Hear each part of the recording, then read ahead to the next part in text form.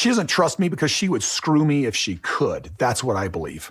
Okay, and I'll be honest, I've thought about screwing her. Okay, so I'm being honest, but I won't. My wife with a conscience won't let me.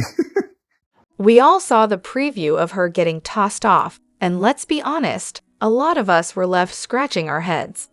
Why would she even get on, given what happened with Dayton and her well-known anxiety about outdoor activities? Well, I think I've cracked it. She's still trying to prove to Kody that she's the best and most fun wife.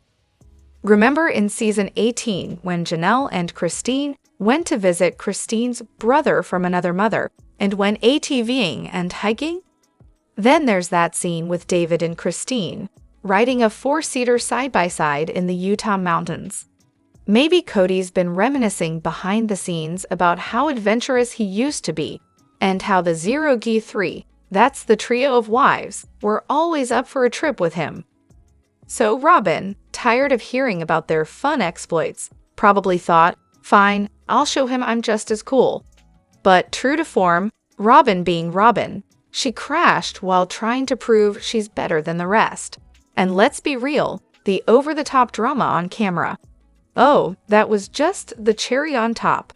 Thanks, Christine.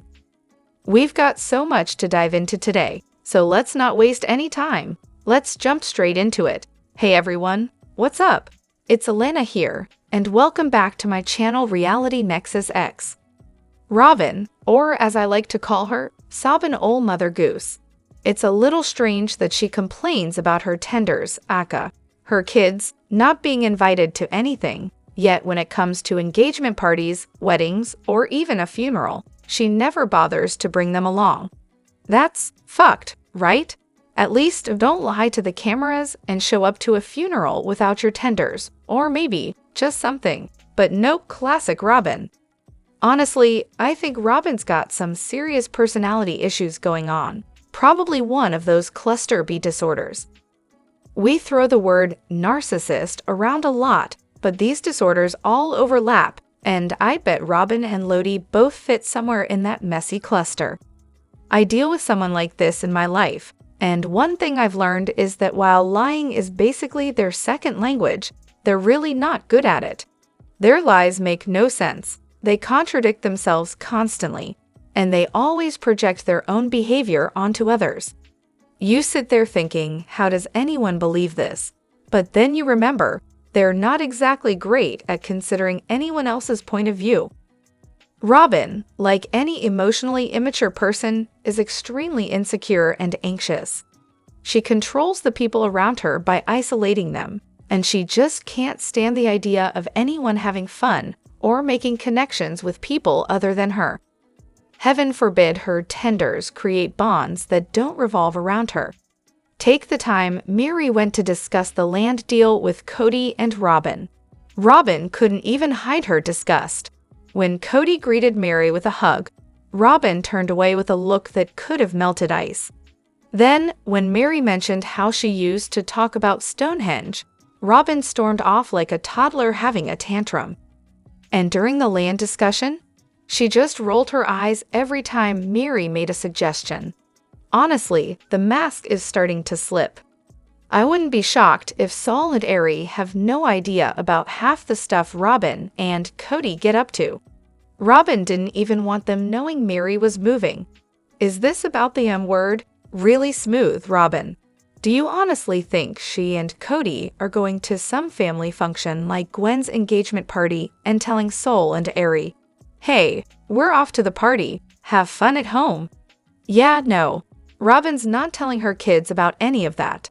They don't need to know anything about their siblings, apparently. He can't just shave it all off. Imagine the comparisons once David enters the picture. In Kody's mind, it'd be a total victory for Christine. After all, her new, younger husband was bald first, and he never lived that down. And let's be real, he can even tie it into a ponytail, like he used to when Janelle loved it so much. That would just seal the deal that any hope of her coming crawling back is completely gone, if it wasn't already. As for Robyn, how will she keep claiming she's the one who taught him the curly girl method if he has no curls left to work with? But of course, we know she's always been obsessed with controlling his hair routine, injecting herself and her expertise into every step. All those hair products, blow dryers, and hair nets, total waste. And can you imagine how much time he spends obsessing over his hair? Hours in front of the mirror, bending over just to crunch those curls. What would he even do with himself if he didn't have all that vanity to fuel his day? Has Kody never heard of hats? Not the ridiculous visors he's always wearing, but actual hats. A good, stylish hat could help ease the transition to the inevitable shaved look. There are plenty of cool hats that look amazing on bald guys, and it would help him carve out a unique look away from his perceived competition. Of all the kids with traumatic divorce stories, Kody's tops them all. His big trauma? Sonny and Cher's divorce when he was 6. Yep, that's his defining moment. So much so that he's mentioned it not once, but twice. Honestly, trying to make sense of anything he says is like trying to decode a riddle from a parallel universe. It's just so out there, I can't even. And get this, when he was 6, he also had this sudden epiphany that Sophia Loren was hot, and that, yep, he was definitely into women. His 6th year of life, a wild ride. Christine's jealousy of Robyn's relationship with Mykelti is pretty obvious, even if she tries to hide it behind a mask of, I'm totally fine with it, no drama here. Let's be real, it's clear that Christine's not okay with it, especially when you dig into her past behavior. She used to say that in the Lehigh house, she always prioritized Janelle and Meri's kids because their moms were working, which sounds all noble, right? But she later admitted to having a ton of regrets, mainly because her own kids were the ones who ended up suffering. Now, when you look at how Christine treats Mykelti, it's a different story. She's constantly putting Mykelti down, calling her ditzy and dumb for rushing into marriage, yet when Maddie was involved, Christine couldn't praise her enough. It's obvious she's playing favorites, and it's even more evident now that she has to act overly supportive of Mykelti's bond with Robyn, like she's trying to make up for the fact that her neglect might have led Mykelti to lean on Robyn in the first place. Sure, Christine probably appreciates that Mykelti had Robyn to turn to, but if Christine had been more present for her own kids, maybe Mykelti wouldn't have needed that extra maternal figure in the first place. But then again, this is all just me speculating. It wouldn't shock me though. Kody's decision to have another child with Christine. Oh, that seemed like a brilliant idea before Robyn entered the picture, of course. Once she showed up, Christine and Truly were clearly left holding the bag. But let's backtrack a bit. Kody already had 13 kids from 3 wives and was barely keeping it together. The older kids were raising the younger ones, the wives were driving cars held together with duct tape, and finances were so tight they declared bankruptcy. So who in their right mind would think, hey, let's add another wife with 3 kids of her own, 0 job prospects, and a mountain of debt? It was a disaster waiting to happen, but of course, Kody just had to get his little pencil wet. Christine and Truly? Totally screwed. And let's not forget about Savannah, the forgotten brown child, who probably felt the sting of all this chaos the most. Kody's a terrible father and husband, no question about it. Now, the timing of all this, it was after Kody met Robyn, of course. The family had been courting her for months before the cameras started rolling. Kody was so thrilled that Truly was a girl because, according to him, that meant Christine would be more likely to have another baby, ideally a boy. Christine, on the other hand, was all excited about having kids alongside Robyn, never mind the fact that she'd struggled with postpartum depression after having Truly, which might have made her rethink the whole idea of adding more kids. But hey, what's a little emotional turmoil when there's a new wife to juggle, right? Unpopular opinion. Robyn actually wants the land appraisal. Okay, let me just say this up front. I'm not a Robyn fan.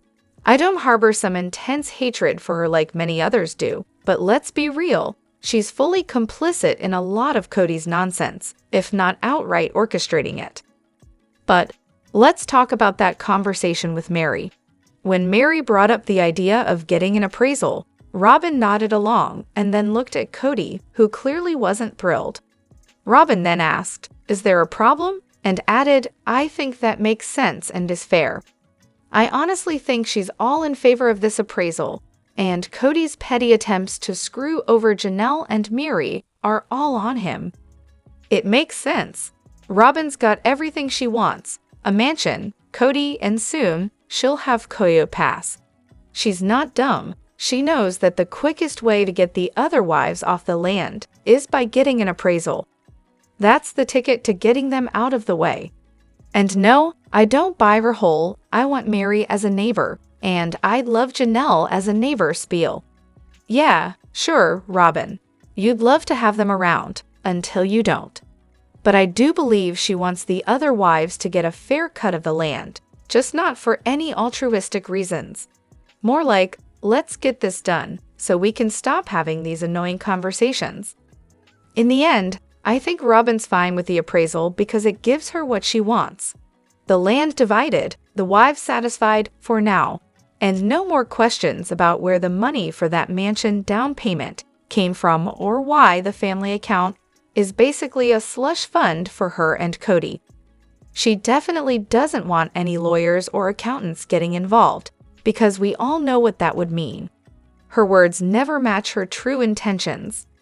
Honestly, I'm starting to see a repeat of the whole "God will provide a rental" fiasco. The idea of building out there, yeah, I call BS. Robyn doesn't actually want to build anything. Claiming she does is just a way to avoid the simple, fair solution, selling the land and splitting the money. Instead, she's creating a mess of legal paperwork to divide up the land into 5 lots among 4 people. More complicated, more room for manipulation. Classic Robyn. Why is Kody even involved in splitting Coyote Pass? Shouldn't it be divided 3 ways? Janelle claims she's fine with her 1/4 of the property. What she insists is 4 out of 14 acres. Seriously, why is she okay with that? And Meri, what about her? Let's not forget that Robyn and Kody used the family's money to buy a house, while Janelle and Meri were left renting in Flagstaff. Now, part of that house's down payment is supposed to be repaid to Janelle and Meri. If Kody doesn't pay them back, that should be all the justification needed for him to forfeit his share of Coyote Pass. This whole situation drives me absolutely mad. But here's what's really insane. It took all 4 of them to pay off the land, but somehow Kody ends up with the majority just because his name is on every lot. Talk about a racket. And don't even get me started on how Kody and Robyn have splurged family funds on ridiculous tacky art while Meri and Janelle were left to scrape by. If anyone deserves the full 100% of that property, it's Meri and Janelle. What's really blowing my mind, though, is how Kody manipulates things. He tells Meri that Janelle is fine with her 4 acres and that he and Meri will split the remaining 6. Notice how he conveniently forgets to mention that Robyn is getting 4 acres too. Typical. It's just a slap in the face that Kody thinks he should even get a plot at all. If he insists on taking any, he should at least give Meri 4 acres and take 2 for himself. It's beyond insulting. He's clearly determined to keep punishing Meri, no matter what. Christine absolutely pulled a masterstroke. She left Kody, packed up, moved to Utah, bought a new house, and got married, all before the rest of them could even finish paying off Coyote Pass. Imagine if she'd stayed stuck in that mess. Kody and Robyn would have swooped in and drained any money from the sale of her house before she could blink, leaving her with nothing to start fresh. No, Christine played it smart. She didn't just escape, she came out ahead. She deserves major credit for that. Now sure, I wish Christine had kept her Coyote Pass parcel and the house money. The house was hers. Kody didn't contribute a dime to the mortgage, so why shouldn't she have gotten it? Especially when Robyn has her own house, with extra acreage, no less, that Kody's been paying for in addition to her Coyote Pass parcel. Fair is fair, right? But honestly, at that point, Christine's priority was getting out of that marriage as fast as humanly possible, and I totally get it. But just imagine the chaos if she fought for everything she was owed. Fair shares for her, Meri, and Janelle. Kody would have exploded, and I'd be watching with popcorn in hand. Christine definitely deserved both her house and her stake in Coyote Pass, but time is precious, and Christine got her freedom. She got out, made the most of her time, and now she's living the happy, peaceful life she always wanted. Girl knew exactly what she was doing. Whether it was luck or strategy, her timing was perfect. She bought that house before coronavirus hit, sold it for a great price, and left without a second glance. Smart move, Christine. Very smart. If the rumors are true, they're gearing up for a Robyn and Kody special to kick off their oh-so-monogamous marriage. Yeah, no thanks. I'd rather eat glue. The beginning of their monogamous marriage? Didn't they basically call it quits on the whole poly thing back during coronavirus?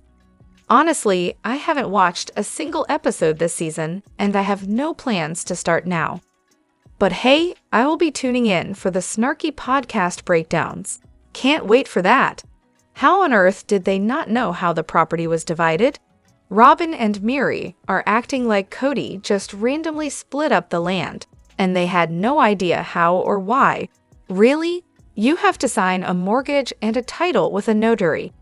Were they just signing papers without even looking at them? I can't wrap my head around it. I'm just spitballing here, but maybe it's because they just moved from Vegas, where they all had the same budget to build their homes. Everything seemed equal then, and they trusted Kody to keep things that way when they bought the land. He probably convinced them that the paperwork was just some temporary formality. All right, I'm just going to say it. Janelle is not exactly a financial genius. We've all been fed the narrative that she's this businesswoman because she wore polyester pants, a blouse, and worked in an office. She got her accounting degree from a diploma mill and honestly hasn't made a smart financial decision since the show started.